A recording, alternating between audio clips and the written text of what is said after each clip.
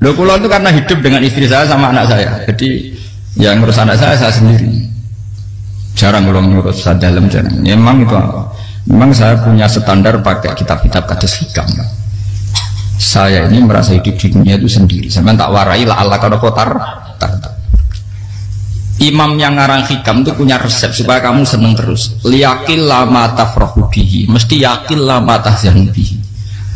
Usahakan sedikit sekali apa yang bikin kamu seneng, maka akan sedikit sekali yang bikin kamu susah. Jadi misalnya kulo nih, jadi kiai misalnya cari wong ya kulo kiai wong alim, jelas nak ngalimnya ngalim, nak kiai rapati ya, nak ngalimnya jelas. Nak kiai rapati, namun kan kiai tapi orang ngalim. Nah kulo nak darah wong alim malah beliau jelas. Nak kiai rapati ya, kulo rapati nurut, tapi aturan masyarakat rapati nurut. Nah sampean kiai tapi orang nopo ngalim. Ya betul. Enggak, ini memang bedanya jauh. Ya mungkin lebih kiai sampean nih. Cara derdek-derdek dongo meyakinkan sampean.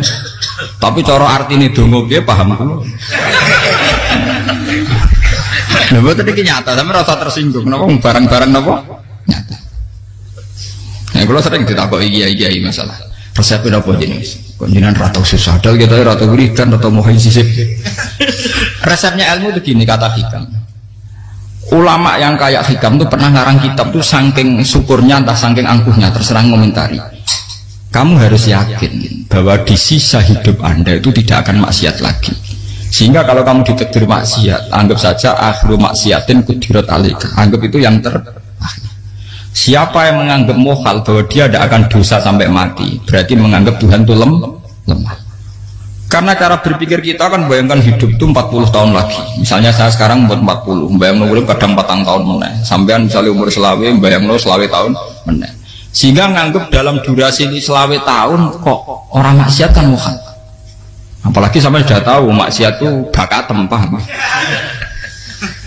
Ya maksiat ya kelas-kelasan, nak bikin pacaran. Nak wong iso mau-mau yo nakal, nak sing setengah soleh ya berbau proposal ya sesuai kontaknya dhewe-dhewe. Itu kan urusan masing-masing. Ya itu kan urusan masing. Moe waktu sabu ala wong ngene ora ana sing roh waktu sabu. Ala.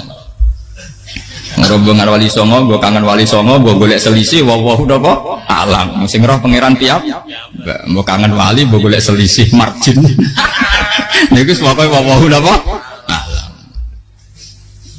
Ya, itu kan urusan jenengan mbek pangeran, bukan urusan kula. Tapi tetap saya sebagai ulama mengingatkan, niat itu ditoto. Begini, ulama dulu tuh ngitung hidup itu hanya 2 menit 2 detik, sehingga dia ya gampang saja.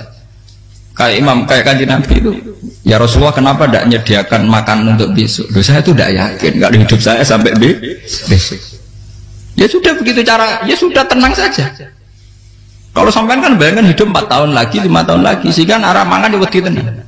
Padahal bolak-balik zaman cilik arah mangan tetap wedi. Jadi cara berpikir Nabi itu begitu. Begitu juga cara pikir sahabat, cara pikir ulama-ulama yang waras itu begitu. Loh, saya itu pernah melarat di Jogja, zaman pertama merantau. Itu kalau nanti saya bilang, Gus kok tidak punya beras, tapi apa yakin nak sesuk urip baru. Gue butuh mangan sesuk, anak sesuk ijek nopo. Cara berpikir ulama itu begitu. Sehingga melihat maksiat juga gitu. Alhamdulillah aku ijek urip 1 detik, 2 detik, 2 menit. Sehingga hidup.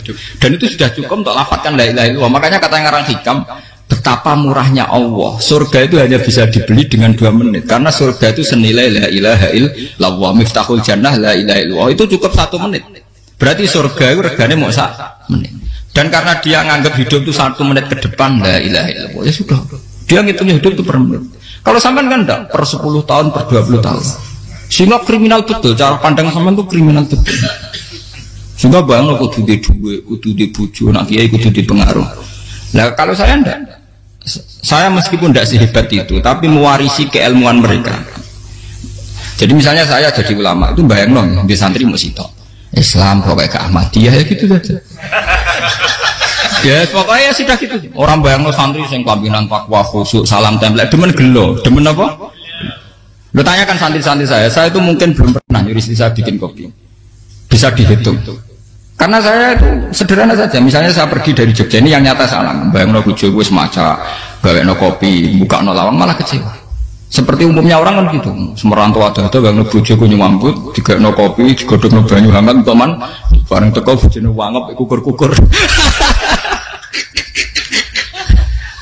Karena tarifnya dia ideal, maka mudah kecewa kalau itu tidak terjadi. Nak kula mboten, sebayang napa Yogya, ibu bojoku cek utuh Islam, nak sholat 5 bulan ya sudah gitu. Pakai standar-standar yang minimalis.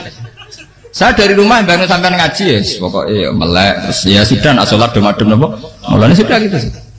Andai kan saya pakai standar maksimal, maka akan mudah kecewa. Rasulullah juga begitu. Rasulullah itu ngadepi Sayyidah Aisyah, itu ya begitu, ngadepi Hasan Husain. Sehingga tidak ada cerita Nabi mudah kecewa, betul. Karena Nabi bayangkan anak istrinya itu ya minimalis sekali, urusan dunia loh maksudnya minimalis sekali. Misalnya Nabi pagi-pagi tanya, ya Aisyah apa ada sarapan? Enggak ya Rasulullah, ya idzan asumu kan itu saya puasa. Kalau sampean usul-usul ora digekno kopi wong wedok opo? Itu kan repot. Muni-muni itibak sunnah Rasul tapi enggak pernah sampean mendekati sunnah napa? Rasul. Sehingga ya tenang saja Nabi. Saya tahu alhamdulillah bisa niru dalam gitu-gitu itu bisa. Makanya ini kiai muda paling jauh. Banyak kiai-kiai sepuh itu kalau urusan gitu konsultasi Mas.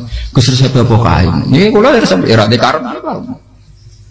Sehingga saya tidak pernah bayangkan apa tanggaku seneng aku atau orang ngaji aku kecewa, tidak pernah bayangkan. Sama itu kan makhluk, tidak penting. Kecewa itu tidak benar. Saya itu orang alim, ngerti ini warido kamat lubi, ora warido kum. Yang tak gulai ridani pengiran, ridani sing ngaji, ridani konsumen. Itu apa? Makhluk tidak penting. Itu harus dilatih. Harus apa? Sehingga orang itu kalau biasa sholat, maksudnya biasa takluk be Allah, mesti la Allah katardo, mesti gampang puas.